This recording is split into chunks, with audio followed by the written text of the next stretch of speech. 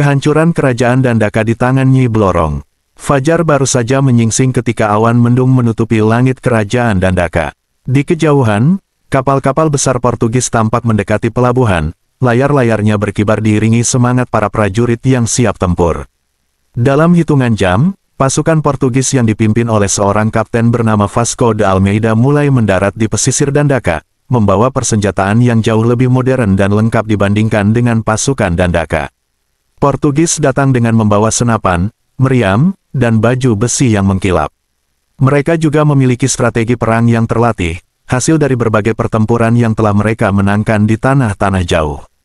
Bunyi dentuman meriam yang ditembakkan dari kapal-kapal mereka menggema, menimbulkan kepanikan di antara penduduk Dandaka. Asap hitam mengepul ke langit, diikuti oleh suara raungan pertempuran. Raja Dandaka segera mengerahkan pasukannya untuk menghadapi serangan tersebut. Prajurit-prajurit Dandaka dengan berani maju ke medan pertempuran, meskipun persenjataan mereka sangat sederhana dibandingkan dengan milik Portugis. Mereka hanya bersenjatakan tombak, pedang, dan panah. Namun, semangat mereka untuk melindungi tanah air tidak kalah besar. Pertempuran berlangsung sengit di gerbang utama kota.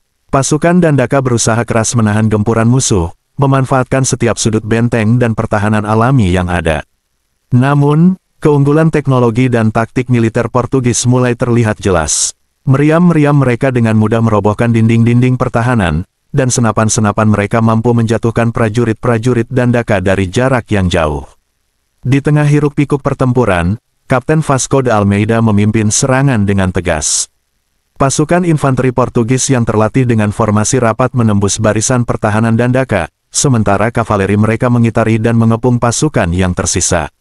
Setiap serangan balasan dari Dandaka dengan cepat diatasi oleh taktik superior Portugis. Prajurit-prajurit Dandaka mulai kelelahan dan jumlah mereka terus berkurang. Raja Dandaka, yang memantau pertempuran dari istana, menyadari bahwa mereka tidak akan mampu bertahan lebih lama lagi. Dengan berat hati, ia memutuskan untuk mundur ke garis pertahanan terakhir di dalam kota, sambil mencari cara untuk mendapatkan bantuan atau perlindungan. Saat malam tiba, keadaan semakin buruk bagi pasukan Dandaka. Pasukan Portugis berhasil menerobos lebih dalam ke kota, membakar rumah-rumah dan bangunan-bangunan penting. Jeritan dan tangisan warga terdengar di mana-mana, menambah suasana mencekam yang menyelimuti Dandaka. Raja Dandaka tahu bahwa harapan semakin tipis dan ia harus segera mencari solusi lain untuk menyelamatkan kerajaannya. Kerajaan Dandaka berada di ambang kehancuran. Setelah seharian penuh bertempur melawan pasukan Portugis, malam tiba membawa keheningan yang menakutkan. Di dalam istana, Raja Dandaka duduk di ruang tahtanya, wajahnya dipenuhi kerut kecemasan. Di hadapannya, para penasehat kerajaan dan Patih Suryanegara berdiri dengan ekspresi penuh kekhawatiran. Raja Dandaka menatap peta besar yang terbentang di meja di depannya. Titik-titik merah yang menandai posisi pasukan Portugis semakin mendekati istana. Dengan tangan gemetar, Raja menunjuk ke arah titik-titik tersebut. Apa yang harus kita lakukan? Musuh semakin mendekat. Pasukan kita tidak mampu menahan mereka lebih lama lagi, kata Raja Dandaka. Penasehat pertama, seorang pria tua dengan janggut putih panjang, berbicara dengan nada tenang meskipun wajahnya mencerminkan kekhawatirannya. Yang mulia, kita harus mempertimbangkan untuk mundur dan menyusun kembali kekuatan kita. Kita bisa bertahan di benteng dalam dan mengulur waktu. Patih Suryanegara, seorang prajurit berpengalaman yang telah setia melayani kerajaan selama puluhan tahun, menggelengkan kepalanya.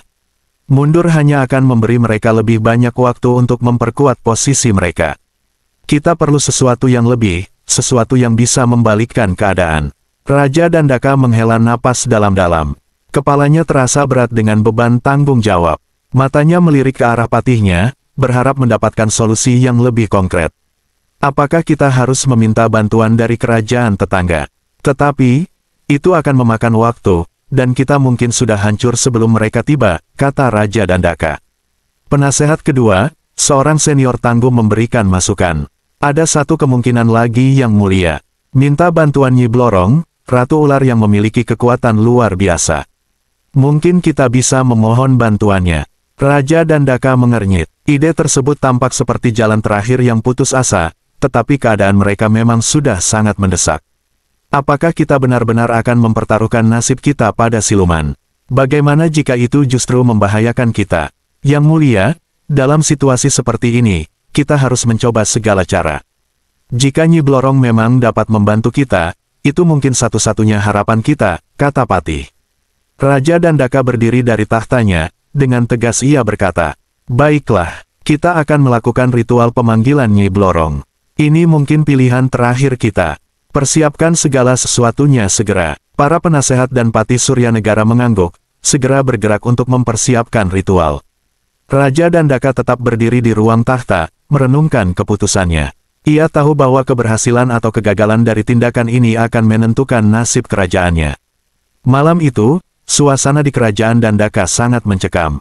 Pasukan Portugis yang kuat sudah mendekati benteng dalam, dan Raja Dandaka memutuskan untuk melakukan ritual pemanggilan Nyi Blorong sebagai upaya terakhir untuk menyelamatkan kerajaannya.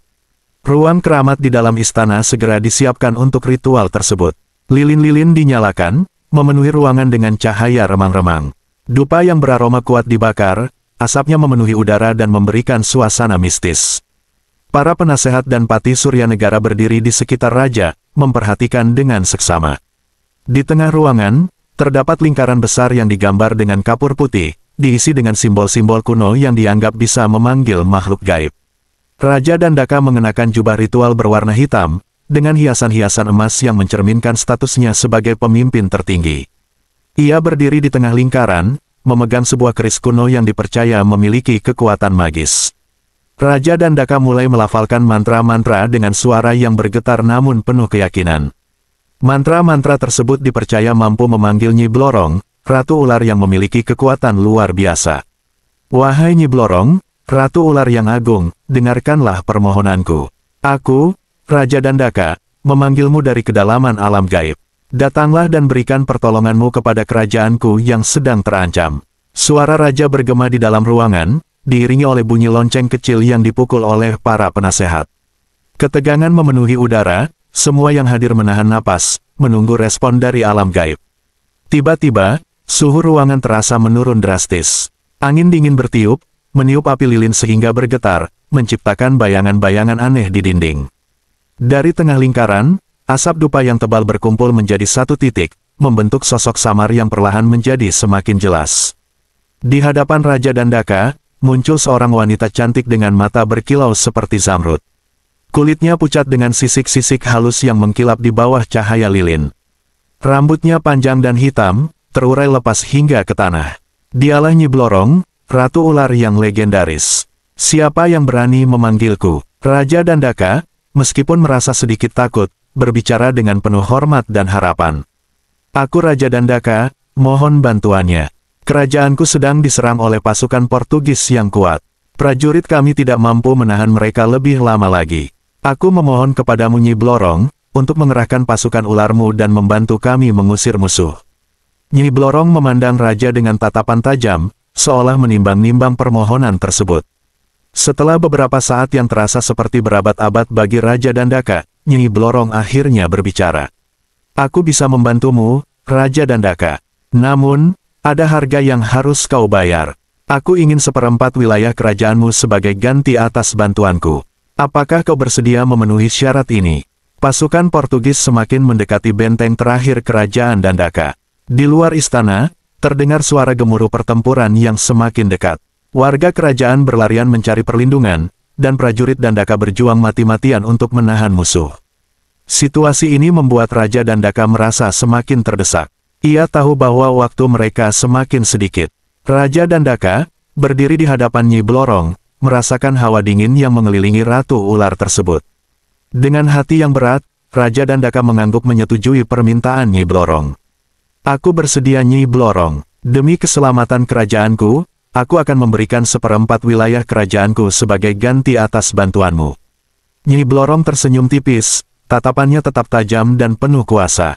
Ia mengangguk pelan, menandakan bahwa ia menerima kesepakatan tersebut. "Baiklah Raja Dandaka, dengan perjanjian ini, aku akan mengerahkan pasukan ularku untuk membantumu mengusir Portugis dari tanahmu." Nyi Blorong mulai mengucapkan sesuatu dengan suara yang berbisik seperti desis ular. Dari dalam bayangan dan kegelapan, muncul ribuan ular dengan berbagai ukuran, mulai dari yang kecil hingga yang besar dan mengerikan. Ular-ular tersebut merayap keluar dari setiap sudut ruangan, memenuhi lantai dengan gerakan yang mengerikan namun penuh kekuatan. Raja Dandaka menyaksikan dengan mata terbelalak saat Nyi Blorong memimpin pasukan ularnya keluar dari istana. Ular-ular tersebut bergerak dengan cepat dan terkoordinasi, seolah-olah mereka mengerti tugas mereka dengan sempurna. Mereka meluncur ke medan pertempuran, siap untuk menghadapi pasukan Portugis. Di luar istana, pasukan Portugis terkejut melihat ribuan ular yang tiba-tiba muncul dari segala arah. Pasukan Portugis, yang semula yakin akan kemenangan mereka, tiba-tiba dihadapkan pada pemandangan mengerikan saat ular-ular raksasa mulai menyerang. Satu persatu ular-ular raksasa menyerbu pasukan Portugis, melilit kuda-kuda mereka dan menghancurkan barisan dengan tubuh mereka yang kuat. Ular-ular tersebut menggigit prajurit dengan taring yang tajam, menyuntikkan bisa mematikan yang membuat mereka roboh seketika. Suara desisan ular dan teriakan prajurit bercampur menjadi satu, menciptakan simfoni kekacauan yang mengerikan. Pasukan Portugis mencoba melawan dengan senjata api dan pedang, tetapi kulit sisik ular-ular tersebut terlalu tebal untuk ditembus. Ular-ular itu melawan dengan brutal, menghancurkan barisan musuh dan mengayunkan ekor mereka yang kuat seperti cambuk, menghancurkan perisai dan baju besi prajurit Portugis. Melihat kedahsyatan pasukan ular, prajurit Dandaka kembali bersemangat. Mereka mengambil kesempatan ini untuk menyerang balik dengan penuh keberanian. Dengan panah dan tombak, mereka menyerang pasukan Portugis yang kini kacau balau. Ular-ular raksasa melindungi mereka dari serangan balik musuh, memungkinkan prajurit Dandaka untuk mendekat dan mengalahkan prajurit Portugis yang tersisa. Pasukan Dandaka memanfaatkan kekacauan yang diciptakan oleh pasukan ular untuk melancarkan serangan-serangan yang terkoordinasi. Mereka mengepung pasukan Portugis dari segala arah, memotong jalur mundur mereka dan memaksa mereka ke dalam perangkap maut. Setiap serangan yang dilancarkan oleh Portugis dibalas dengan kekuatan yang berlipat ganda oleh pasukan ular dan prajurit Dandaka. Setelah berjam-jam pertempuran yang brutal, pasukan Portugis akhirnya hancur. Prajurit-prajurit yang tersisa melarikan diri dalam kepanikan, meninggalkan senjata dan peralatan mereka di medan perang. Ular-ular terus memburu mereka, memastikan tidak ada yang lolos. Tanah di sekitar benteng Dandaka dipenuhi dengan tubuh prajurit Portugis yang tewas, sebagai bukti dari kekuatan pasukan ular Nyi Blorong. Raja Dandaka berdiri di atas tembok benteng, menyaksikan kemenangan besar yang diperoleh dengan bantuan Nyi Blorong.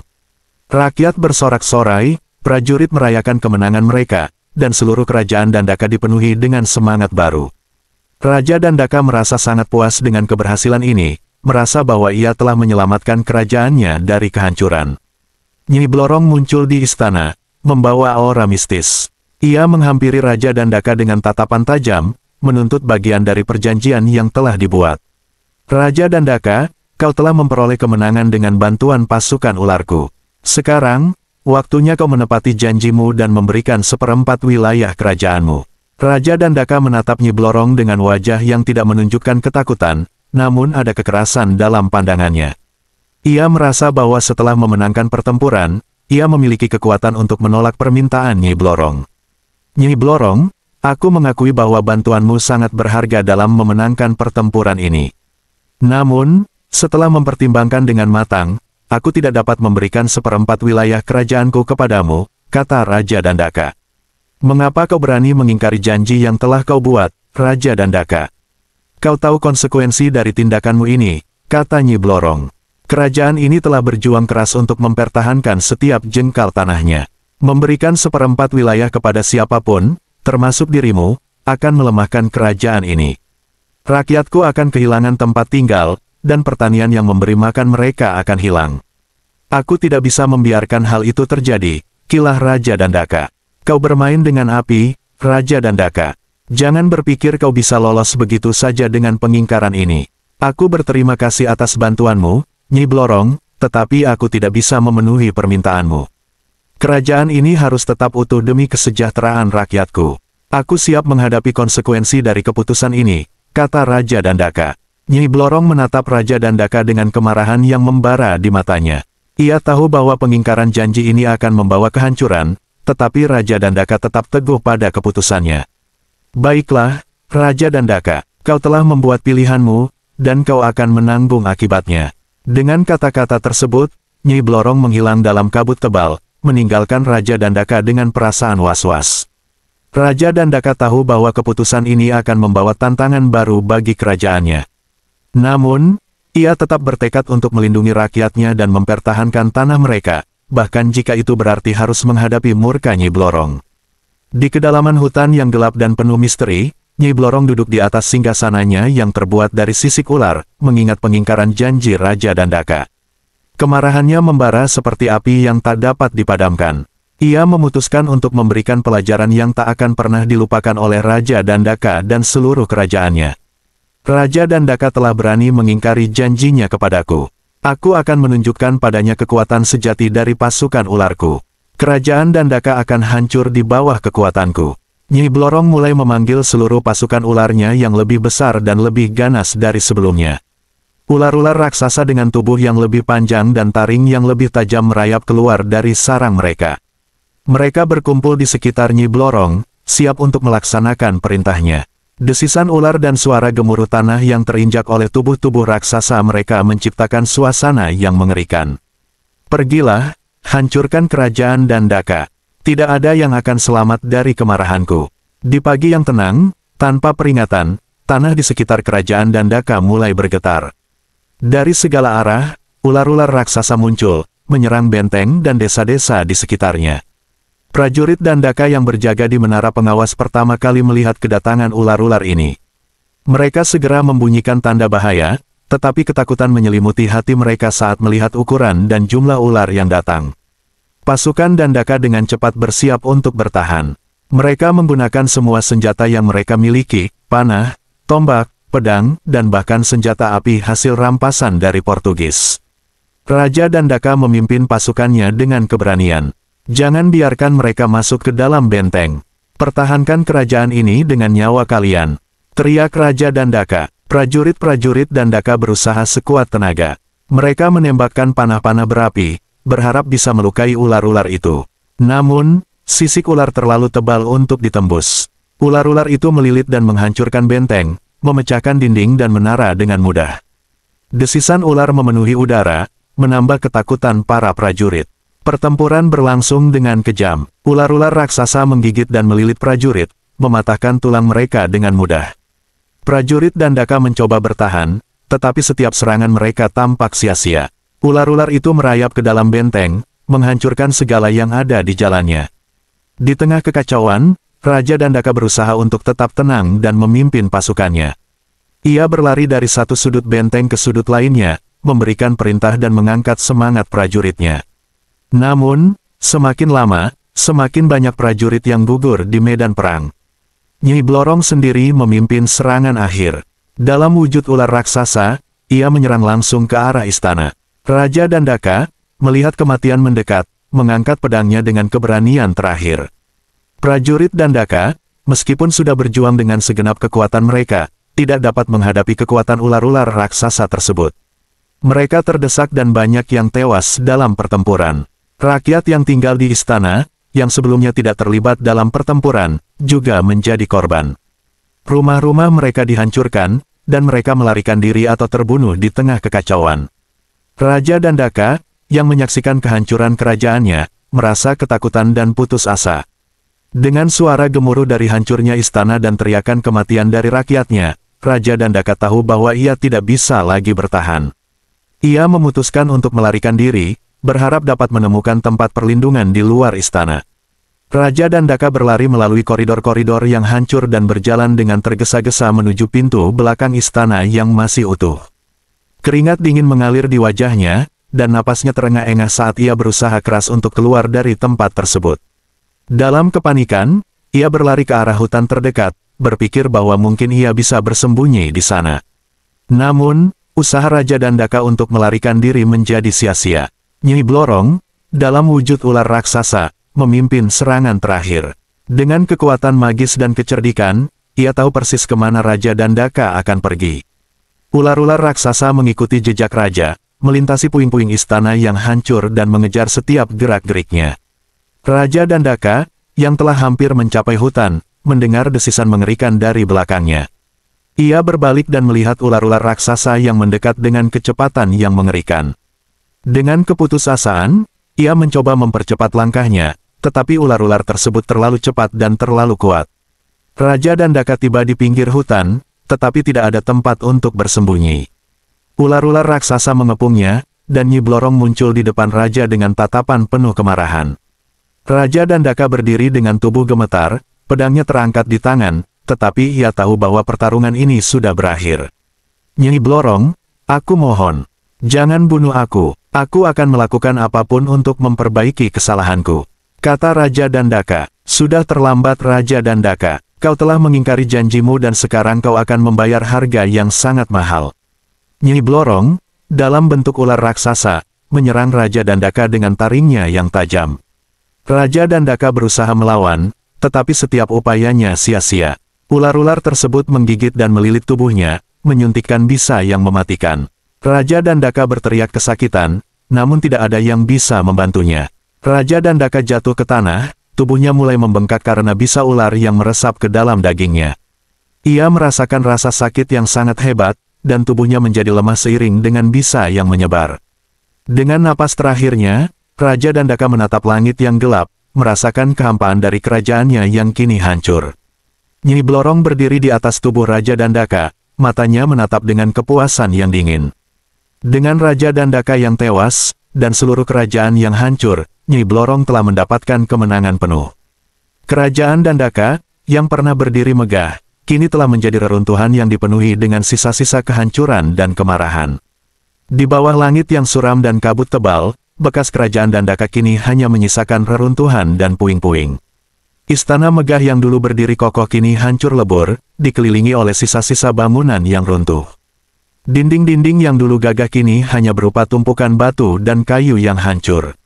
Jalan-jalan yang dahulu dipenuhi oleh keramaian rakyat kini sepi, hanya diisi oleh reruntuhan dan serpihan yang tersisa dari pertempuran yang mengerikan. Tanah yang subur dan desa-desa yang makmur kini hancur oleh kemarahan pasukan ular. Tanah yang dulunya dipenuhi kehidupan kini menjadi padang kehancuran, bekas luka dari serangan yang tidak dapat dihapus. Di antara puing-puing, sisa-sisa bendera kerajaan yang robek terjuntai, sebagai satu-satunya pengingat akan kebesaran yang telah hilang. Setelah kematian Raja Dandaka, Nyi Blorong mulai menguasai seluruh wilayah kerajaan Dandaka. Namun, cara penguasaannya berbeda dari perjanjian awal dengan Raja Dandaka. Kerajaan Dandaka, yang dahulu merupakan simbol kemegahan dan kekuatan, kini dikenal sebagai wilayah yang dikuasai oleh Nyi Blorong. Cerita tentang kejatuhan Dandaka dan penguasaan Nyi Blorong menjadi cerita yang disebarkan di seluruh wilayah.